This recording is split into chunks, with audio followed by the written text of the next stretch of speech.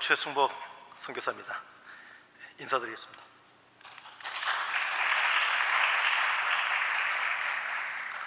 제가 이번에 한인중앙장로교회에서 백신을 맞으러 오라고 연락을 받아서 온 3명의 선교사님 가운데 한 가정입니다.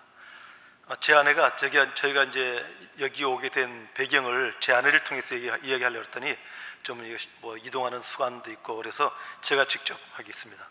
저녁에 또 혼나겠지만은 집에 가서 하루는 제 아내가 밖에 나가 있었어요. 근데 저희 집 바로 위가 하늘길입니다. 비행기가 다니는 하늘길인데 하늘길을 보면서 비행기가 가니까 제 아내가 이렇게 기도를 했대요. 하나님, 좀 이제 한 3년 전에 미국에 왔었는데 좀 여행 좀 하게 해주세요. 비행기 좀 타게 해주세요. 왜냐하면 작년에 12월 달에 제 둘째 아들이 결혼을 했어요. 결혼을 했는데 결혼식에도 참석을 못했거든요. 그래가지고 뭐 이제 코빅 상황이니까 좀 힘들었었죠. 근데 모두가 다 힘든 가운데서 아내가 이제 비행기를 바라면서 하나님 좀 여행 좀 하게 해주세요. 그리고 그 다음날 기도 시간에 아침 새벽 기도 시간에 또 기도를 했대요. 하나님, 미국에 있는 어느 교회가 좀 초청해가지고 초청하면 이제 비행기 싹도 대주니까 좀 초청해 주세요. 그렇게 기도를 했는데 그냥 그 주간에 하나님께서 저에게 메일을 카톡으로 연락이 왔어요. 우리 이한준 집사님께서 선교사님, 우리 교회에서 지금 선교사님들에게 백신을 맞게 하는 프로젝트 했는데 오시겠습니까? 그래서 제가 답장을 했죠. 네, 가겠습니다. 그래서 지금 제가 이렇게 와 있습니다. 사실 저는 주사 맞으러 왔지 이렇게 선교 보고 할 생각은 못했어요. 그래가지고 그냥 옷도 준비를 안 했는데 지금 어느 부목사님의 이렇게 자켓을 빌려가지고 부랴부랴 좀 왔습니다. 너무 감사합니다. 이지호 목사님 또 이번에 또 청회장님 되시고 하실 일이 많으셔서 좀 한국도 다녀오셨다 그러는데 굉장히 피곤하실 텐데 또 부족한 저에게 이렇게 귀한 자리를 허락해 주셔서 감사합니다. 또 우리 보드나무 동산 식구들, 또 우리 이한준 집사님, 목장 식구들 감사드리고요. 보드나무 동산. 그 다음에 또 우리 정호연 목사님, 또 제가 1차 백신을 맞는데 또 아픈 다리를 쩔뚝쩔뚝 거리면서 또 이렇게 수고해 주셨습니다. 또 감사하고 수술이 잘 됐다 그러네요. 네, 감사합니다. 오늘 제가 이제 그 오 목사님 소개해 주신 대로 제가 27년 전에 볼리비아로 파송돼 가지고 지금까지 사역하고 있습니다. 그 당시 2살, 4살이었던 아이들이 장성해 가지고 이제 다 지금은 31살, 29살 청년으로 성장해서 지금 이제 둘째가 제 손주를 지금 낳기 위해서 지금 기다리고 있습니다. 오늘 말씀을 보니까 오늘 말씀 한번 좀 들어봐 주시죠. 뭐라냐면 제자들이 나가 두루 전파할세 주께서 함께 역사하사 그 따르는 표적으로 말씀을 확실히 증언하시니라. 저희가 27년 동안 사역하면서 이 말씀밖에 드릴 게 없습니다. 왜냐하면 주님께서 저희들로 가라 하셨고 갔어요. 갔는데 주님께서 저희를 내버려 두신 게 아니라 혼자 사역하도록 이렇게 내버려 두신 게 아니라 포기하신 게 아니라 방임하신 게 아니라 주님께서 함께 하셨다고 하는 그런 사실입니다. 그래서 주님께서 함께 하심으로 인해서 그 따르는 표적으로 지금 볼리비아에 수많은 영혼들이 지금 일어나고 있습니다. 좀 사진을 좀 한번 좀 올려주시면 좋겠네요. 프레젠테이션. 네. 제가 사진 정리하다 보니까 아무래도 교도소 사역이 최근에 있는 일이라서 교도소 사역부터 먼저 올렸습니다. 한번 좀 올려주시죠. 이제 이게 교도소가 저희들이 올해 4월 달부터 우연하게, 저희가 볼 때는 우연이죠. 그러나 하나님께는 우연이 아닌 것 같아요. 그래서 하나님께서 저희들을 교도소로 보내주셨어요. 그래서 지금 볼리비아 교도소는 우리가 생각하는 그런 교도소하고는 좀 개념이 틀린데 거기는 한 마을입니다. 한 마을이어서 그냥 알아서 살아가게 하고 있어요. 답만 크게 있고요. 지금 이제 교도소에서 이 사람들인데 지금 마스크 쓰신 분이 목사님들이고요. 이분들이 지금 저희 가가지고 마치 이제 버드나무 동산처럼 목장 사역을 하고 있습니다. 계속 좀 틀어주십시오. 여기는 이제 야외에서 또 이렇게 목장하고 있고요. 목장 사역을 하고 있고요.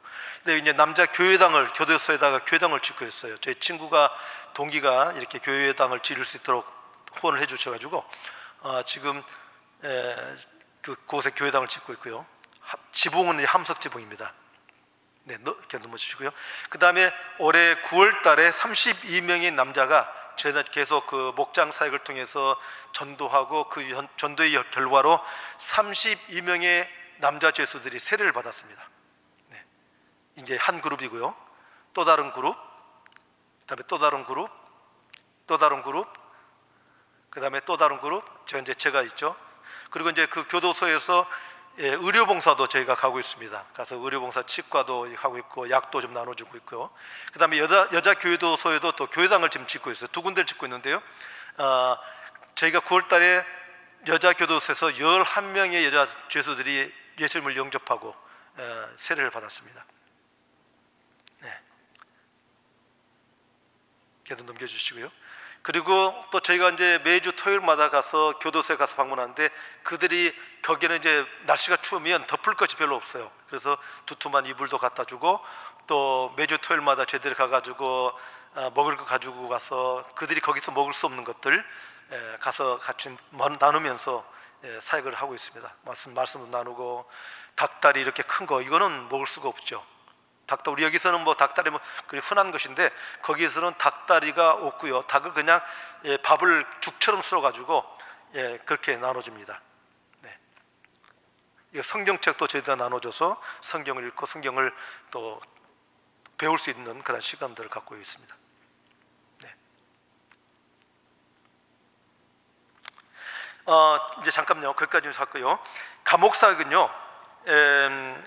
교도소에는 별별 사람들이 다 들어와 있습니다. 살인자, 그다음에 마약 판매한 사람들, 이제 법 108조 위반자들, 사기, 절도, 성폭행자들, 심지어는 이웃의 무고로 감옥에 들어와 있는 사람도 있습니다. 그런데 이 사람들은 때로는 어떤 사람은 재판도 받지 않은 채 5년 동안 살아가요. 혹은 8년 동안. 왜냐하면 재판을 받기 위해서는 밖에서 변호사를 통해서 재판을 빨리 받아야 되는데 가족이 없어요. 그러니까 변호사를 사가지고 재판을 받도록 해서 법의 죄의 유무를 결정해서 빨리 나올 수 있는 사람을 나오게 해야 되는데 거기는 그렇게 하는 사람이 없어요. 그러면 그런 사람들은 그냥 어떻게 하여튼 정부가 알아서 그 법을 판단해 가지고 이 사람은 죄가 없다, 너 나가라, 그렇게 할 때까지 8년이고 10년이고 거기 머물러 있어야 됩니다. 일단 교도 들어오면 죄수들이 자기의 죄를 증거를 제시를 해야 돼요. 자기가 죄가 없다라고 하는 그 증거를 제시하는 것이 볼리비아의 법의 구조입니다. 그래서 볼리비아는 뭐 여자를 건드리기만 해도 여자가 하여튼 고발만 했다라면 남자들은 무조건 꼬이게 돼 있어요. 그래서 볼리비아 죄수 교도소의 사정은 그렇고요. 그 다음에 죄수가 교도소에 들어가면 그 땅을 밟는 그 세금을 내야 됩니다. 그 데레초 데 피소라 그러는데 그 교도소 안에 들어가서 살 수 있는 그런 그 세금을 내야 돼요. 그 세금은 누구한테 내냐면 경찰에게 내는 게 아니라 그 범죄자들 중에서 가장 힘이 센 친구가 있어요. 대장이 있는데 그 대장한테 $200를 내야 됩니다. $200. 근데 사실 하루 먹고 사는 사람들이 $200는 굉장히 어려운 거거든요. 그러면 그냥 그 $200에 합당한 그런 일들을 해야 돼요. 거기서 뭐 길거리 청소를 한다거나. 이제 교도소가 보면 하나의 마을입니다. 마을. 거기에 거리도 있고 죄수들이 물건도 팔기도 하고 음식점도 하고 뭐 술도 팔고 뭐 하여튼 뭐 이발소도 있고 죄수들끼리 목공소도 하고 철공소도 하고 하여튼 뭐 한 마을에 담만 밖에 크게 쳐있지 모든 것은 하나의 마을입니다. 그런 가운데서 이제 살아갑니다. 그러니까 우리가 한국에서 생각하는 것처럼 어떤 조그만 방에 죄수들이 가둬가지고 한 5-6명 살아가는 그런 구조가 아닙니다. 그리고 교도소에서는 마약을 또 판매할 수 있어요. 어떻게 마약을 가져오느냐?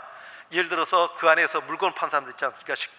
식당 운영하는 사람이 있으면 식당 하는 사람이 뭐 콜라, 코카콜라, 음료수, 그다음에 뭐 이런 야채 같은 거 그런 거 다발다발 들어오거든요.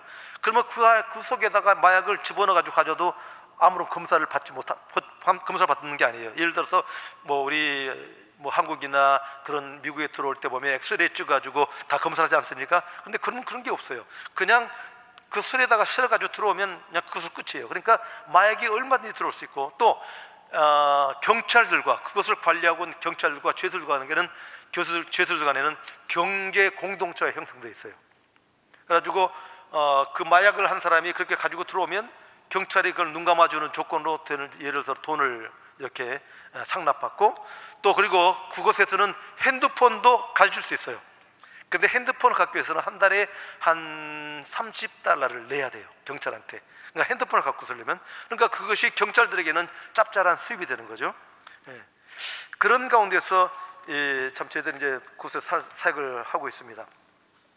지금 저희가 아까 보여드렸던 것처럼 교도소 내에 2개의 교회당을, 하나는 남자들을 위해서, 하나는 여자들을 위해서 교회당을 건축했고요. 또 식당을 하나 또 건축했습니다.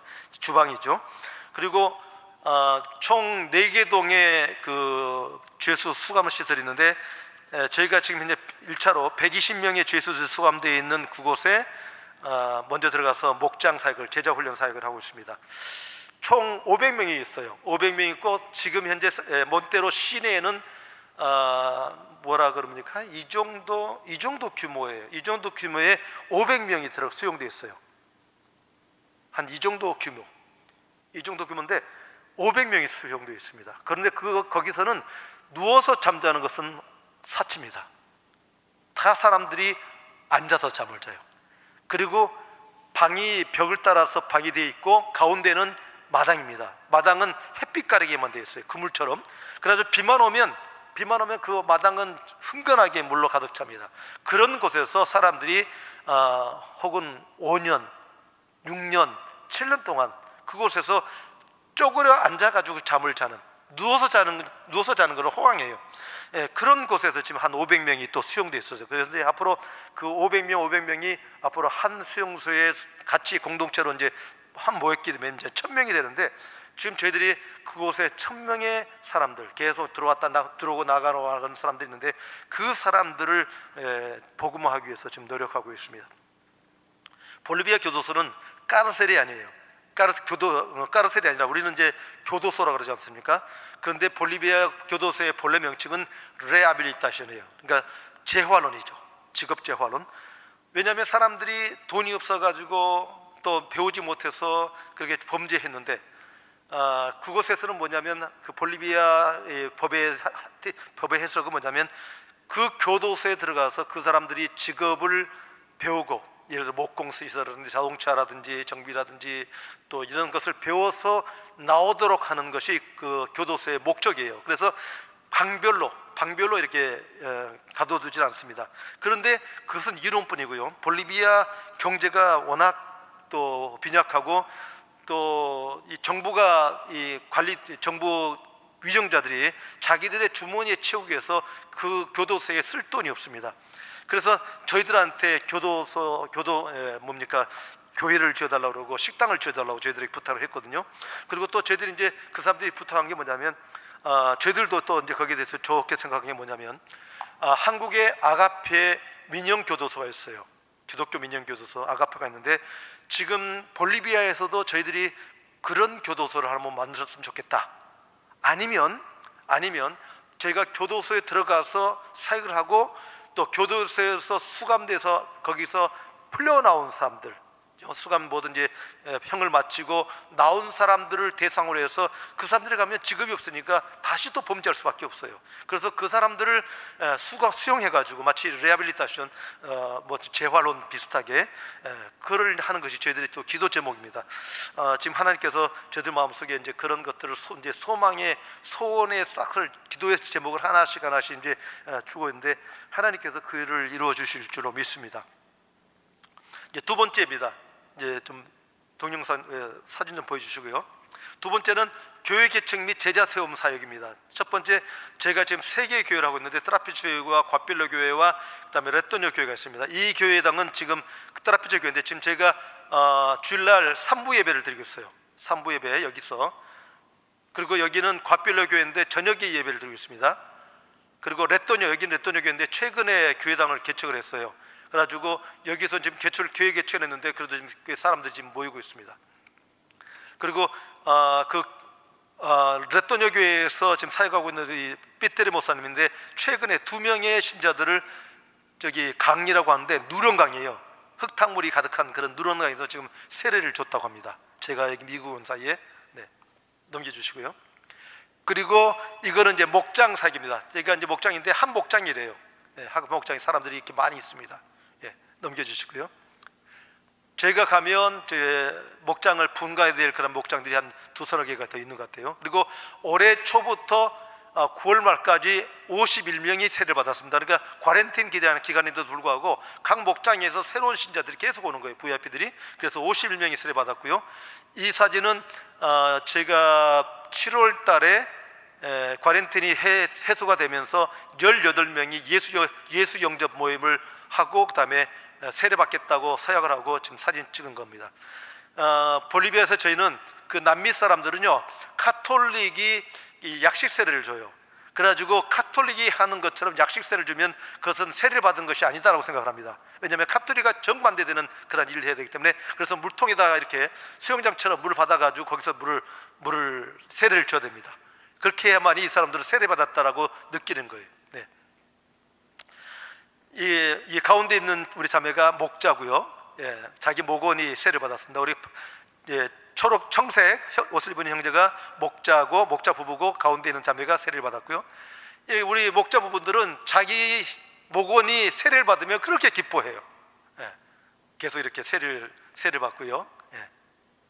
네, 지금 여기는 한 자매가 목장인데 자기 목장에 3명이 세례를 받았습니다. 네. 그리고 이제 저희가 이제 가정교회 보급을 지금 하고 있습니다.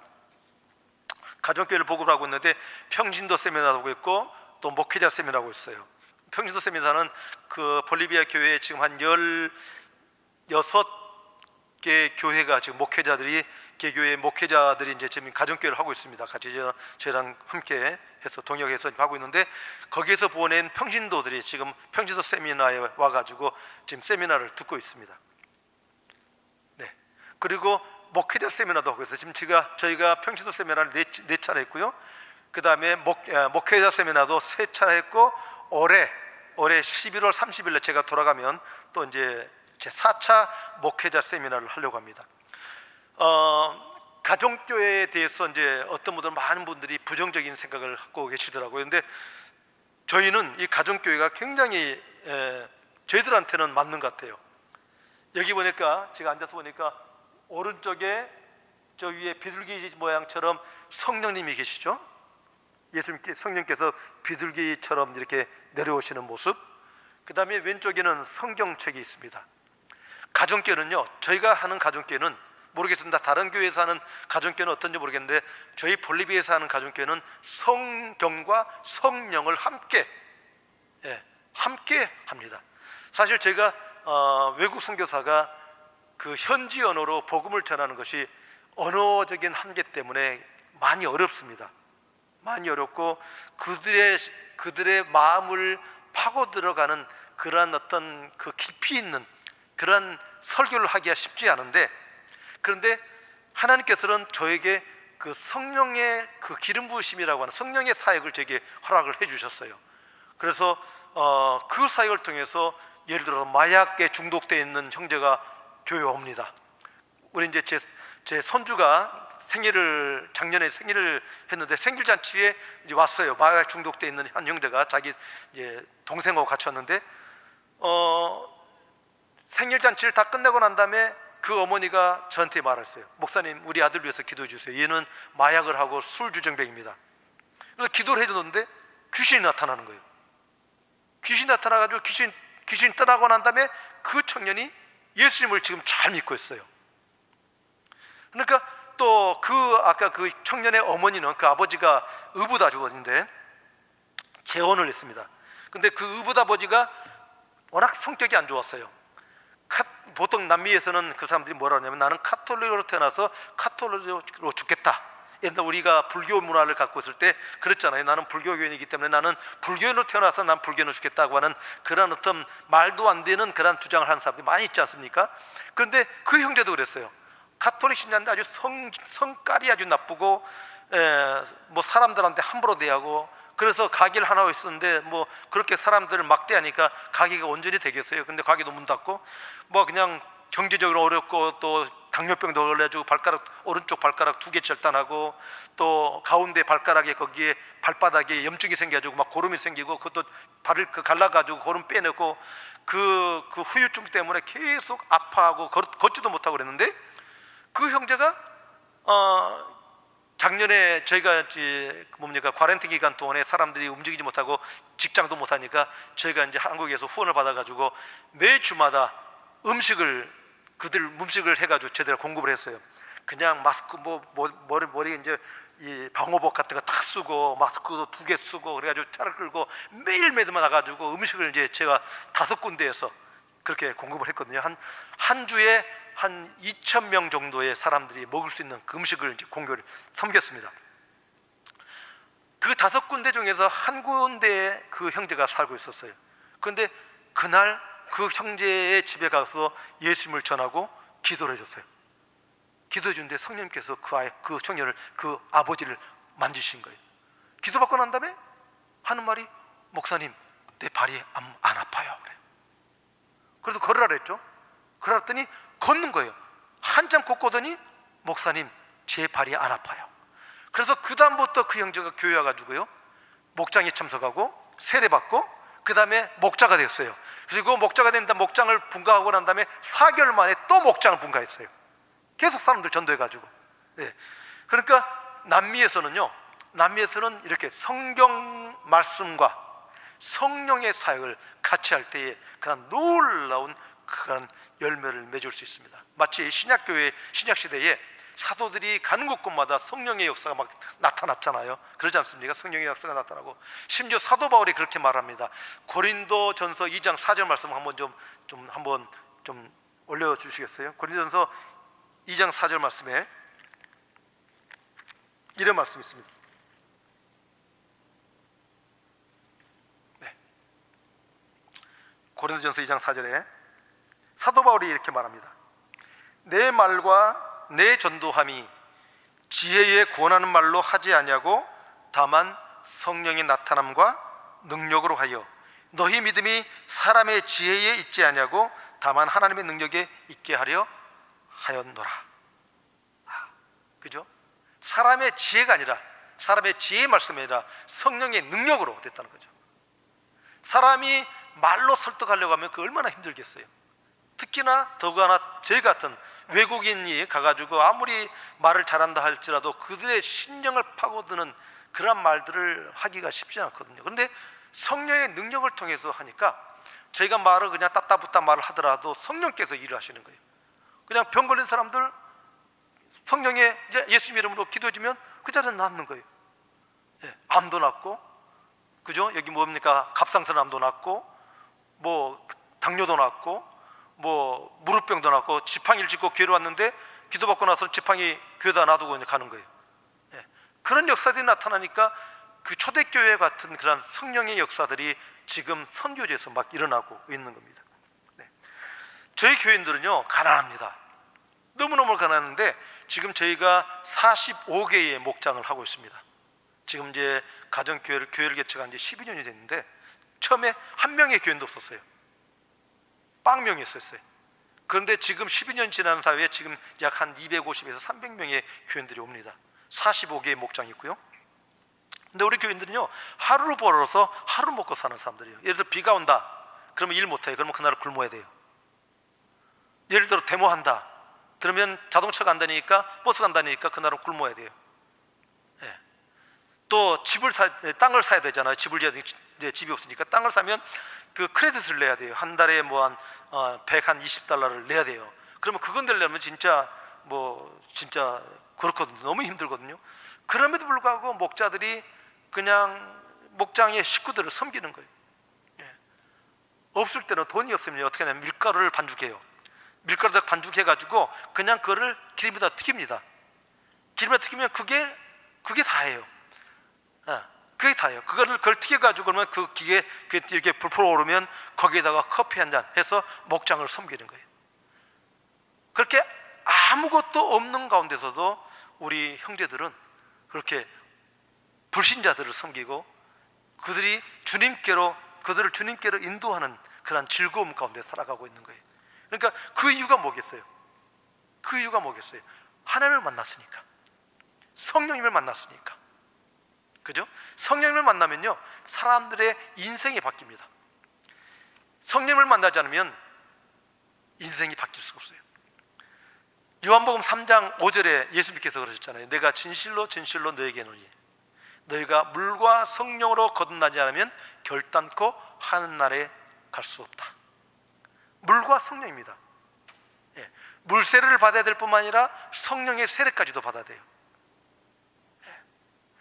오순절의 성령 세례, 또 사마리아 교회의 성령의 세례, 그죠? 우리나라 1908년도에 원산 대붕해 때 성령의 세례.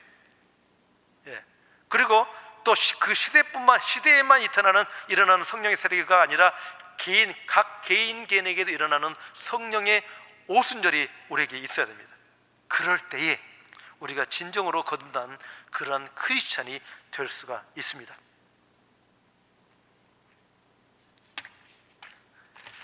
저희 교회 얼마 전에 전과 오범인 우리 한 형제가 교도소에서 예수님을 만나고 저희 교회에 왔어요. 이 친구는 옛날에 전과인데 어떤 전과냐면 한 중국인을 납치를 해가지고 묶어놓고 입하고 손하고 다 묶어놓고 두들겨 팬 다음에 그 중국인은 옆에서 울고 있는데 막 피 흘리고 울고 있는데 그 옆에서 밥을 트은하게 먹고 있는 그런 사람이었었어요. 그 친구가 회심하고 저희 교회에 나오고 있습니다. 그런데 교회 나온 첫날 성령을 만났어요. 그래가지고 뒤집어졌죠. 그러고 나서 지금은 열심히 또 주님을 잘 섬기고 있어요. 그러니까 성령님을 만나지 않고서는 우리의 삶 가운데 변화가 일어날 수가 없습니다. 한 청년은요, 마리화나를 매 20분마다 피워했어요. 미국에서는 마리화나 피우는 것은 아무것도 아니니까 합법화 됐으니까, 합법화된 주도 있으니까 그렇게 큰 일은 아닌데 볼리비아에서는 그거는 이제 불법이거든요. 그런데 그 형제가 하루는 그 수련회 때 와가지고 예수님을 만났어요. 첫째 날에는 막 도망치려고 수련회 와가지고 저희가 이제 수영장을 빌려가지고 했는데 그날 도망치려고 했어요. 그런데 그 대문이 거의 한 4m 정도 높이였었습니다. 그러니까 도망치지 못했죠. 그래서 둘째 날 다시 이제 저녁 집회를 했는데 그 집회에 자기가 와가지고 성령님을 만나고 회개하고 지금은 또 목자로서 지금 잘 섬기고 있습니다. 올해 제가 아까 말씀드린 것처럼 이제 세례자 인원이 51명이라고 했잖아요.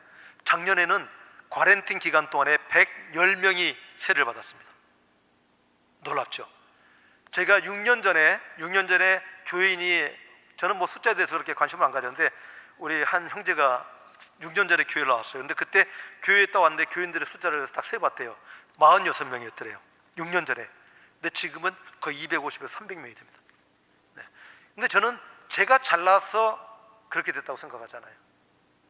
마가복음 16장 20절 이 말씀이 저희 고백이기도 합니다.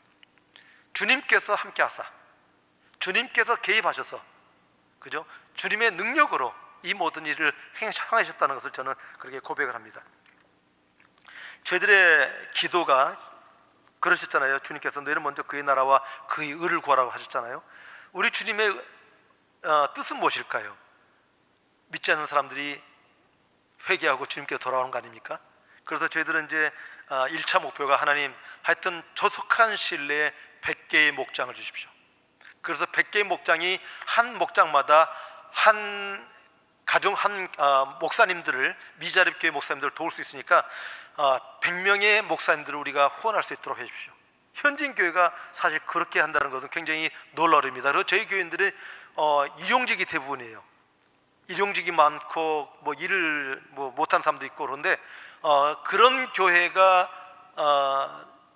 100개의 목장을 해서 100명의 목사님들 돕는다. 이거는 볼리비아 역사에서 굉장히 놀라운 일입니다. 볼리비아 현지의 많은 목사님들도 뭐 교인들이 1000명, 2000명 되는 그러한 교회에서도 다른 교회 돕는 것은 굉장히 인색하거든요. 그래서 저희들이 가정교회 세미나하고 목사님들 모셔가지고 세미나를 하는데 그분들에게 저희 교회가 하고 있는 일을 보여드리면 그분들이 다 놀래요. 그래서 저희들이 하는 것을 보고 놀래서 가정교회 하신 분들이 굉장히 많이 있습니다. 네. 그리고 이제 이번에 제가 11월 30일 날 저희가 이제 4차 목회자 세미나를 준비하고 있습니다. 네. 이제 또 그 사진도 좀 보여주십시오. 네, 이거는 이제 제 아가페 기독교 학교인 모습입니다. 학생들인데요. 지금 제가 쿼런틴 기간 전에 450명의 학생이 등록을 해서 공부를 했었습니다. 근데 지금은 이제 이렇게 좀 빈 자리가 좀 있기도 한데, 네. 이 아이들을 여기는 유치원 아이들이고요. 그리고 이제 여기는 중고등학생들. 네, 계속 넘겨주시고요. 여기가 이제 제가 유일한 운동장. 잠깐만 거기 멈춰 주세요. 네, 거기 보면 뒤에 벽화가 하나 있죠. 이게 노아의 방주 벽화입니다. 재작년에 휴스턴 서울교회에서 그 단기 성경팀이 오셔가지고 저 벽화를 남겨놓고 가셨어요. 근데 비가 와가지고 습기가 차가지고 군데군데 뜯겨 나가는데 지금 정반대쪽에 이쪽 벽에다가는 천지창조를 이제 그려달라고 지금 제가 부탁하고 있습니다. 단기 성경팀이 오시면 천지창조를 좀 그려주십시오. 저 정도 크게 했는데 지금 그것이 이제 저희들의 기도 제목입니다. 예, 넘겨주시고요. 네. 저희 기독교 학교는요, 저희 시내에 있습니다. 그래서 집에서 다들 가깝기 때문에 학부모들이 중상층 학부모들이 자녀들을 보내고 있습니다. 네, 넘겨주시고요. 그리고 이거는 작년 쿼런틴 기간 동안에 찍은 사진인데요. 뭐 이렇게 통제가 안 되잖아요. 사람들이 차도 안 다니고 차를 못 다니게 했기 때문에 그래가지고 저희가 학교 밖에서 이 스피커를 갖다 놓고 거기서 예배를 드리고 매일마다 기도를 했었어요. 매일마다 기도하고 예배 드리고 말씀 전하고 그렇게 했었습니다. 네, 넘겨주시고요. 네, 넘겨주시고요. 촛불이 나오죠. 한번 넘겨주시고요. 네, 이게 무슨 촛불인가? 넘겨주시고요. 제가 이제 올해 제 아내 생일이었는데 아내 생일이 7월 며칠이죠? 7월 15일? 네, 7월 15일 날 제 아내의 생일도 좀 감감한데요. 7월 15일 날 저희 교회 목자들이 45개 목자들이 그렇게 보면 한 80명 정도 되는 그런 목자들이에요. 그들이 와가지고 자기들이 이제 케이크를 해서 초원별로 케이크를 하나씩 장만해가지고 축하를 해주고 있습니다. 지금 저희들은 볼리비아 가가지고 너무나도 행복하고 너무나도 즐거운 그런 삶을 살고 있습니다. 그리고 이제 제가 항상 하나님께 기도하는 게 그거예요. 하나님, 제가 볼리비아에서 80살까지, 거기는 뭐 정년 제한이 없으니까 선교사가 하겠다고 하는 날까지 선교사에 갈 수 있으니까 하나님 80살까지 선교사하다가 하나님께 부름을 받고 싶습니다. 이제 그게 저희 기도 제목이에요. 저는 하나님께 감사드리는 게 뭐냐면 하나님께서 저희들을 볼리비아로 보내셨고 또 볼리비아에서 주님을 만나게 하셨어요. 목사와 선교사로 저희들을 훈련시키고 난 다음에 저희를 한국에 2000년도에 저희가 1994년도에 볼리비아로 갔는데 2000년도에 저희가 예수님을 만났습니다. 제 아내는 21살 때 예수를 만났고요. 저는 볼리비아 가서 39살, 거의 한 40살 때 예수를 만났죠. 물론 목사였어요. 머리로는 하나님이 살아계신 거 이해됐고 다 알았죠. 머리로는. 그런데 심정적으로는 그런 영적인 체험이 없었기 때문에 많이 좀 답답한 가운데 있었어요. 그런데 하나님께서 2000년도에 저를 만나주셨어요. 그래서 지금 저는 너무너무나도 행복합니다. 날마다 하나님께서 저희들을 만나주신 것에 감사하고 저를 또 볼리비아로 보내주신 거. 제 볼리비아는 바다가 없어요. 제가 섬에서 태어나가지고 생선을 좋아하는데 볼리비아는 바다가 없습니다. 그래서 그냥 아마존 강에서 자라나는 그런 민물고기를 먹고 살아야 되지만은 하여튼 뭐 회를 못 먹죠. 그럼에도 불구하고 또 산타크루스는 어디 구경하는 곳이 없어요. 관광지가 없습니다. 그냥 뭐 평야고 갈 곳이 없는데도 그럼에도 불구하고 그곳에서 영혼들이 매일마다 VIP가, 가정교회에서는 VIP라 그러거든요. 예수 믿지 않는 사람이 교회 목장에서 초청돼가지고 교회로 오는 걸 우리는 VIP라 하는데, 매주마다 VIP가 와요. 그리고 매달마다 세례를 줍니다. 네. 그래서 저희들은 너무너무도 행복하고, 또 감사드린 것은 또 이렇게 후방이죠. 저희들은 이제 전방에 가 있고 전투 일선에 전선에 가 있지만은 그러나 후방에서 또 저희들을 위해서 물질로 후원해 주시고 또 기도로 후원해 주시는 여러분들이 계시지 않는다면 아마 저희들은 거기서 사역을 잘 할 수가 없을 거예요. 저는 어떻게 보냐면요, 선교의 사역이나 전도의 사역은 마치 영적 전쟁이라고 보면 돼요. 저희들이 나가서 일선에 나가서 사탄과 맞붙어 있는 그 전투 현장에서 막 몸과 몸끼리 부딪혀 싸운다고 한다면, 여러분들은 뒤에서 물자를 보급해 주시고, 또 여러분 뒤에서 대포를 쏴주시고, 여러분 뒤에서 전투기를 떼어가지고 적군을 초토화시키고, 그런 일들은 누가 하시냐면 여러분이 하시는 거예요. 기도로, 기도로 해주시는 거예요. 어떻게 보면 여러분들이 하시는 그 기도가 여러분이 보실 때는 아무런 결과가 안 나타난다고 생각하시잖아요. 그런데요, 그런 굉장한 파워가 있습니다. 제가 1996년도에 라파스에서 내려오다가 안데스 산맥에서 180m 낭떠러지로 떨어졌어요. 한번 생각해 보세요. 180m 낭떠러지. 제 앞서서 5번의 사고 나가지고 5번 사고에서 다 죽었어요. 그런데 제가 사고 난 거 6번째 사고였어요. 그런데 둘 다 살았어요. 왜냐하면 운전하신 분이 목사님이었고 한인교회 목사님이었고, 저는 그 한인교회에서 이제 초청을 해가지고 간 선교사였는데, 같이 가다가 둘이 그렇게 변을 당한 거예요. 그런데 하나님께서는 저를 지켜주셨어요. 그 이유는 뭐냐면 후방에서 여러분들이 기도 주시고, 후방에 여러분들이 금석하시면서 절해 주시고, 이런 모든 것들이 하나님께서 여러분을 통해서 우리 선교지에 최전방에 있는 선교사들을 도와주시는 것 저는 믿습니다. 그리고 성경 말씀에 말씀이 있습니다. 선지자를 선지자의 이름으로 대접하면 결단코 선지자의 상을 잃지 않겠다고 말씀하세요. 그 말씀 읽어보셨어요? 안 읽어보셨죠? 그 말씀 있습니다. 너희가 선지자를 선지자의 이름으로 대접하면 결단코 선지자의 상을 잃지 않겠다고 말씀하십니다. 목회자를 목회자로 인정하고 대접하면 목회자가 받는 상을 받는 거예요. 여러분께서 우리 목사님 목회자로, 담임 목사님으로 잘 인정하시고 섬기고 순종하고, 목사님이 말씀하시는 것에 다 순종해서 함께 목사님이 주의하는 그 오케스트라에 같이 동역해 나가시면서 하나님의 나라를 써나가시면 목사님이 받으실 그 상급을 여러분도 받게 되는 거예요. 동참하시는 거죠.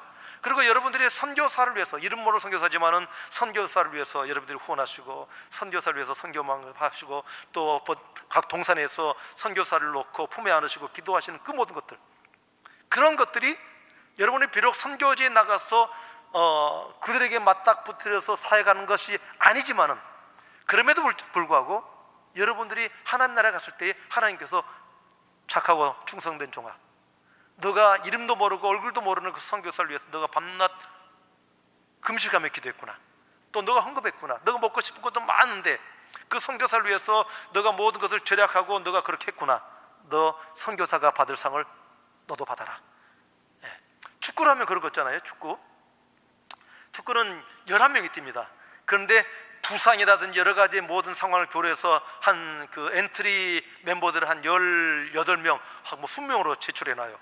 그런데 나중에 상을 받잖아요. 그 팀이 상 받으면 그 한 번도 필드에 나가지 않은 축구 선수도 나중에 메달을 받습니다. 메달을 받아요. 왜? 그 팀에 합류가 됐었기 때문에. 합류가 돼요. 비록 필드에 나가지 않았지만 그 벤치에 앉아가지고 막 응원하고, 자기도 이제 언젠가는 또 그 사람이 누가 교체돼가지고 누가 들어오면 자기가 나갈 거라고 생각하고 준비하고 있었잖아요.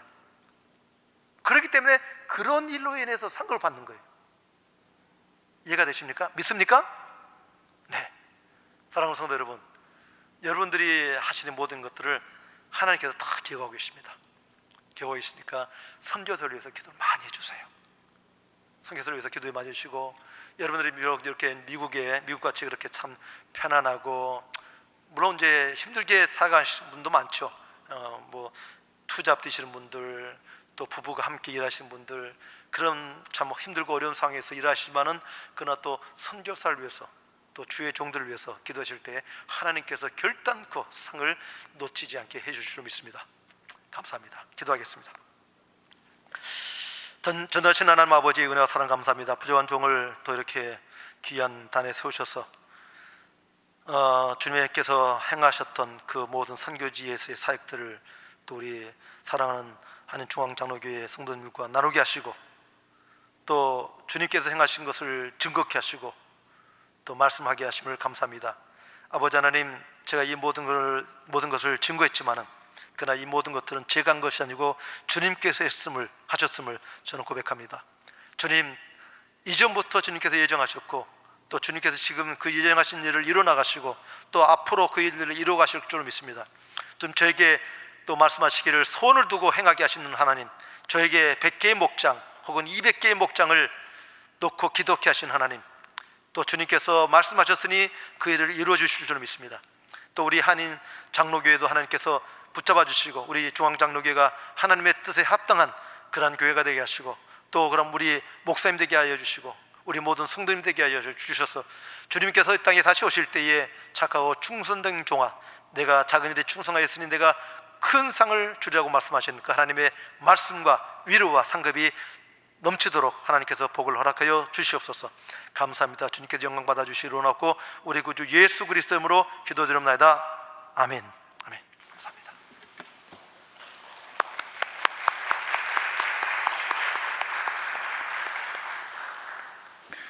귀한 말씀 감사드립니다. 우리 다 같이 일어나셔서 찬송가 384장 함께 찬양하고 주기도문으로 마치겠습니다. 찬송가 384장입니다.